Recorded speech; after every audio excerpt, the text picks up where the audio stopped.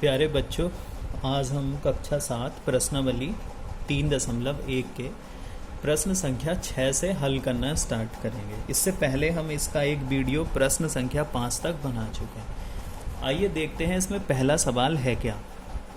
तो इसमें पहला सवाल है, विज्ञान की एक परीक्षा में विद्यार्थियों के समूह द्वारा, मतलब 10 बच्चों का समूह है जिनके 100 नंबर का टेस्ट लिया गया, तो उनके अंक जो थे वो इस प्रकार थे: 85, 76, 90, 85, 39, 48, 56, 95, 81 और 75। तो ये कुछ प्रश्न हैं जो इसने हमसे पूछे हैं, मालूम किए हैं कि इनका उत्तर क्या होगा। पहला प्रश्न है इसमें विद्यार्थियों द्वारा प्राप्त सबसे कम और सबसे अधिक अंक।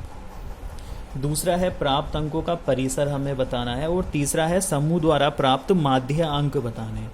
तो बच्चों, जब सबसे बड़ा और सबसे छोटा और परिसर या माध्य कुछ भी निकालना हो तो हम सबसे पहले सोचते हैं कि हम उसको आरोही क्रम में लगा लें जो आंकड़े उसने दिए हैं, फिर हम बड़ी आसानी से सबसे बड़ा और सबसे छोटा अंक निकाल सकते हैं। तो सबसे पहले हमने लिखा अंकों का आरोही क्रम। आरोही क्रम मतलब छोटे से बड़ा, तो फिर उसमें सबसे छोटा था 39, फिर 48, फिर 56, 75, 76, 81, 85, 85, 90 और 95। अब जब हमने इसको आरोही क्रम में लगा दिया है तब आप बड़ी आसानी से बता सकते हो कि सबसे कम अंक कौन सा है, जो सबसे पहले लिखा है, कितना है वो 39, और सबसे अधिक अंक कौन सा है, सबसे बड़ा 95। दिख ही रहा है सभी को। तो हमने लिख दिया विद्यार्थियों द्वारा प्राप्त सबसे कम अंक बराबर है 39 और विद्यार्थियों द्वारा प्राप्त सबसे अधिक अंक है 95। पहला प्रश्न तो ये हो गया। अब दूसरे प्रश्न में हमें बताना है प्राप्त अंकों का परिसर ज्ञात कीजिए। तो बच्चों, परिसर का सूत्र होता था सबसे बड़ा आंकड़ा माइनस छोटा आंकड़ा। तो यहाँ अंकों के बारे में बात हो रही है, तो परिसर ज्ञात करने के लिए हम सूत्र लगाएंगे सर्वाधिक अंक मतलब सबसे ज़्यादा अंक माइनस सबसे कम अंक। तो सबसे ज़्यादा अंक थे बच्चों 95 और सबसे कम अंक थे 39। तो 95 माइनस 39 और घटा के क्या आया 56। तो हमने लिख दिया परिसर बराबर 56। अब देखते हैं इसका थर्ड पार्ट, जिसमें हमें बताना है समूह द्वारा प्राप्त माध्य अंक। बच्चों, हमें बताना है समूह द्वारा प्राप्त माध्य अंक। तो माध्य निकालने का सूत्र था आंकड़ों का योग बटे आंकड़ों की संख्या। यहाँ माध्य अंक निकालना है तो हम लिखेंगे अंकों का योग बटे विद्यार्थियों की संख्या। अंकों का योग बटे विद्यार्थियों की संख्या, क्योंकि विद्यार्थियों के अंक हैं, वो जितने विद्यार्थियों के अंक हैं सभी को ऊपर जोड़ लेंगे और विद्यार्थियों की संख्या हम नीचे लिख देंगे। तो हमने ऊपर सारे अंक लिख दिए 85, 76, 90 प्लस 85 प्लस 39 प्लस 48, सबको प्लस के निशान के साथ हमने यहाँ लिख दिया है, और बटे में विद्यार्थियों की संख्या थी 10। अब हमने इन सभी को बच्चों जोड़ लिया, जोड़ के आया 730 और बटे में 10। 730 को 10 से भाग मारेंगे तो आएगा 73।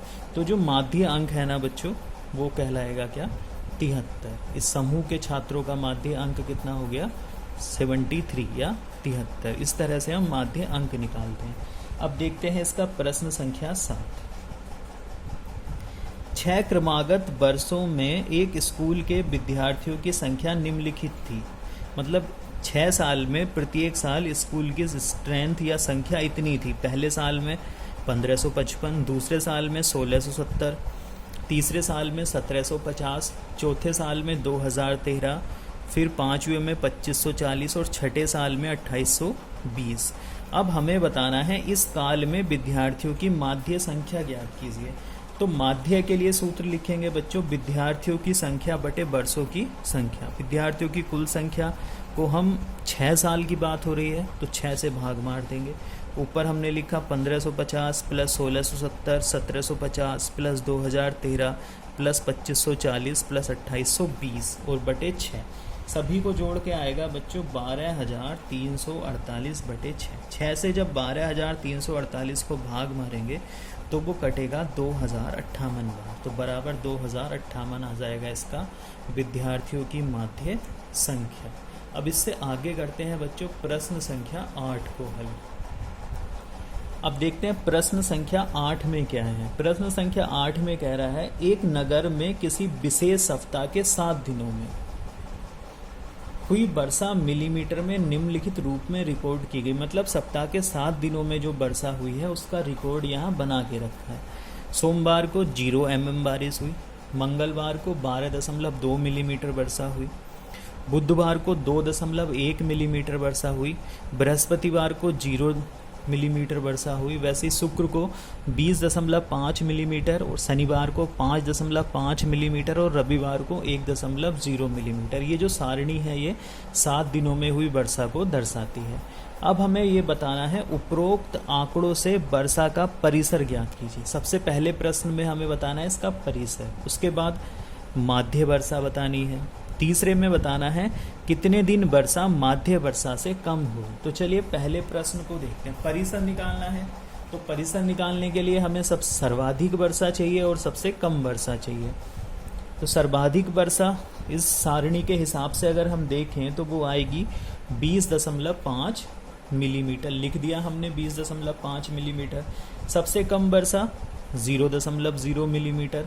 परिसर के लिए सूत्र क्या होता है? सबसे बड़ा आंकड़ा माइनस सबसे छोटा आंकड़ा। यहाँ वर्षा की बात हो रही है तो परिसर इसका बनेगा सर्वाधिक वर्षा माइनस सबसे कम वर्षा। सर्वाधिक वर्षा थी 20.5 और सबसे कम थी 0.0 mm। घटाएंगे तो 20.5 mm इसमें बारिश होगी। अब हमें माध्य वर्षा निकालनी है बच्चों। तो माध्य के लिए वर्षाओं का कुल योग बटे दिनों की संख्या। माध्य वर्षा होगी विभिन्न दिनों में हुई वर्षा का योग बटे दिनों की संख्या। तो वर्षा के योग के लिए जो सारणी में ये नंबर लिखे हैं सभी को हमने प्लस लगा के लिख लिया। 0.0 plus 12.2 plus 2.1 plus 0.0 plus 20.5 plus 5.5 plus 1.0 और बटे 7, क्योंकि 7 दिन है ये। 1 2 3 4 5 6 7 और बटे में क्या आ गया 7। इसको जोड़ के आया बच्चों 41.3 बटे 7। जब 7 से काटेंगे 7 पंजे 35 और 7 निम 63, तो ये 5.9 बार कटेगा। तो माध्य वर्षा होगी 5.9 mm। ये है बच्चों माध्य वर्षा। अब इसने कहा कितने दिनों वर्षा माध्य वर्षा से कम रही। हमें वो देखना है जो 5.9 से छोटा है। एक ये भी छोटा है, ये बड़ा है, ये छोटा है। तो 1 2 3 4 5 ये जो आंकड़े भी मैंने आपको दिखाए 0.0 2.1 0.0 5.5 और 1.0, ये वह आंकड़े हैं जो माध्य वर्षा से कम है। तो इनको गिन के हम पता लगाएंगे कि 5 दिन वर्षा जो है वो माध्य वर्षा से कम रही है बच्चों। अब इसके बाद आखिरी प्रश्न देखते हैं इस प्रश्नावली का, प्रश्न संख्या 9। प्रश्न संख्या 9 में है 10 लड़कियों की ऊंचाई सेंटीमीटर में मापी गई और निम्नलिखित परिणाम प्राप्त हुए। मतलब 10 लड़कियों की ऊंचाइयों को माप के हमने यहाँ लिख लिया है। 135, 150, 139, 128, 151, 132, 146, 149, 143 और 141। ये 10 लड़कियों की ऊंचाइयाँ हैं जो सेंटीमीटर में मापी गई हैं। अब इसमें हमें सबसे पहले बताना है सबसे लंबी लड़की की लंबाई क्या है, मतलब जो सबसे ज़्यादा ऊंचाई की है। दूसरा बताना है सबसे छोटी लड़की की लंबाई क्या है, मतलब जो सबसे कम ऊंचाई की है। इन आंकड़ों का परिसर क्या है। फिर लड़कियों की माध्य ऊंचाई बतानी है और ये बताना है कितनी लड़कियों की लंबाई माध्य लंबाई से अधिक है। चलो पहला देखते हैं। तो इस तरह के प्रश्न में जब ये छोटा बड़ा हमसे पूछ ले तो हम इसको पहले आरोही क्रम में लगा लेंगे। तो लड़कियों की ऊंचाई का आरोही क्रम, इसमें देखो बच्चों सबसे छोटा क्या है। सबसे छोटा है 128, ठीक है। उसके बाद 132, फिर 135, फिर 139, फिर 141, फिर 143, फिर 146, फिर 149, फिर 150 और फिर 151। इसी आरोही क्रम में हम इन्हें लगा देते हैं। 128, 132, 135, 139, 141, 143, 146, 149, 150, 151। उसके बाद हम यहाँ से देख लेंगे सबसे लंबी लड़की की लंबाई कितनी है, सबसे आखिरी वाली 151 सेंटीमीटर। फिर सबसे छोटी लड़की की लंबाई कितनी है, सबसे पहले वाली 128। उसके बाद हमें बताना था परिसर। तो परिसर के लिए सबसे बड़ी लंबाई में से सबसे छोटी लंबाई निकाल लेंगे। तो सर्वाधिक लंबाई माइनस सबसे कम लंबाई, तो 151 माइनस 128 घटा के आया कितना, 23 सेंटीमीटर। अब आगे हमें बताना है माध्य ऊंचाई। माध्य ऊंचाई के लिए हमने सूत्र लिख दिया, लड़कियों की ऊंचाइयों का योग बटे लड़कियों की संख्या। लड़कियों की संख्या है बच्चों, ये सबको हमने प्लस लगा के लिखा, 135 plus 150 plus 139 plus 128 plus 151 plus 132 plus 146 plus 149 plus 143 plus 141 और बटे में हो गया 10। तो ये हो गई लड़कियों की ऊंचाइयों का योग बटे 10। सबको जोड़ के आया 1414 बटे 10। जब इसको 10 से भाग मारेंगे तो ये बनेगा 141.4 सेंटीमीटर।